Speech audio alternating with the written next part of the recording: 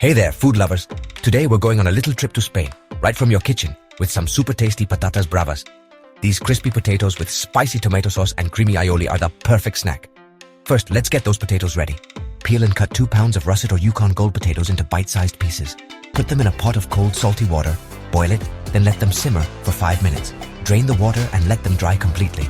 Now, heat some vegetable oil in a pan to 350 degrees Fahrenheit.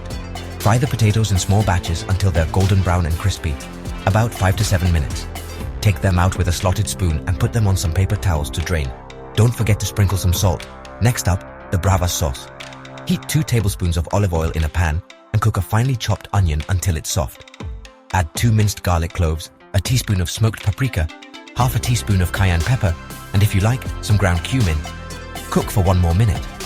Pour in a cup of tomato puree, a quarter cup of broth, and a teaspoon of sugar. Add salt and pepper, then let it simmer for 10 to 12 minutes until it gets a little thicker. You can blend it if you want a smooth sauce, or leave it chunky. It's up to you. For the aioli, mix half a cup of mayo, a minced garlic clove, a teaspoon of lemon juice, and a pinch of salt. Super easy, right? Let's put it all together. Put your crispy potatoes on a plate, pour lots of bravas sauce and that yummy aioli over them. If you want to be fancy, add some chopped parsley. And there you have it, real patatas bravas, ready to eat. These are great for a tapas party, so serve them with a Spanish omelette, some chorizo and olives.